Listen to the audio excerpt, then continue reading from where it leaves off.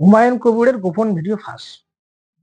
এই ভিডিওতে দেখা যাচ্ছে যে তিনি বিজিবির থেকে ১,০০০ কোটি টাকার একটা চুক্তি করতেছে এবং যে চুক্তিতে বলা হচ্ছে যে তিনি বিপুল ভোটে জয়ী হবে এবং তিনি বিজিবিকে সাপোর্ট করবে এবং পরবর্তীকালে তিনি উপমুখ্যমন্ত্রী হবে।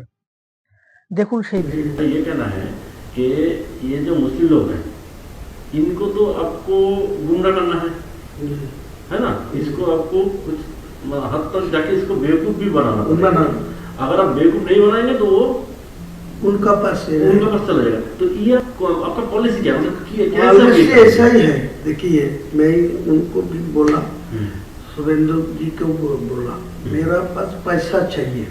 मैं मुसलमान को इकट्ठा करने के लिए, उनको चुनाव में मेरा पास वोट लेने के लिए वो एक सीट में 3 करोड़ 4 करोड़ खर्चा होगा।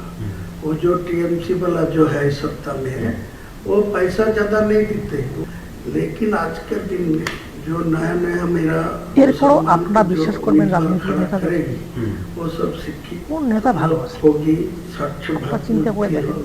আপনারা যে নেতাকে বিশ্বাস করবে যে এই নেতা আমাদের দেশের জন্য কাজ করবে, এই নেতা আমাদের জেলার জন্য কাজ করবে, এই নেতা আমাদের দেশের জন্য কাজ করবে, রাজ্যের জন্য কাজ করবে, আমাদের হাসপাতালগুলোকে ঠিক করবে, কিন্তু এরা তো না, এরা তো নিজের জন্য কাজ করে।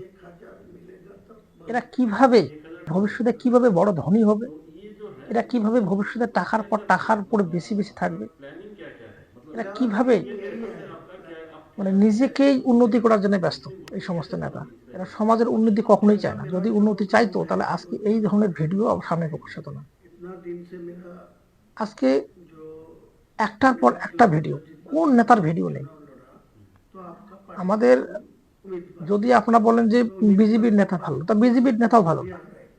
আপনি দেখান কোন নেতা, বিজেপি বলেন, তৃণমূল করেন, কংগ্রেস বলেন, প্রত্যেকটা নেতারই না একটার একটা দোষ আছে।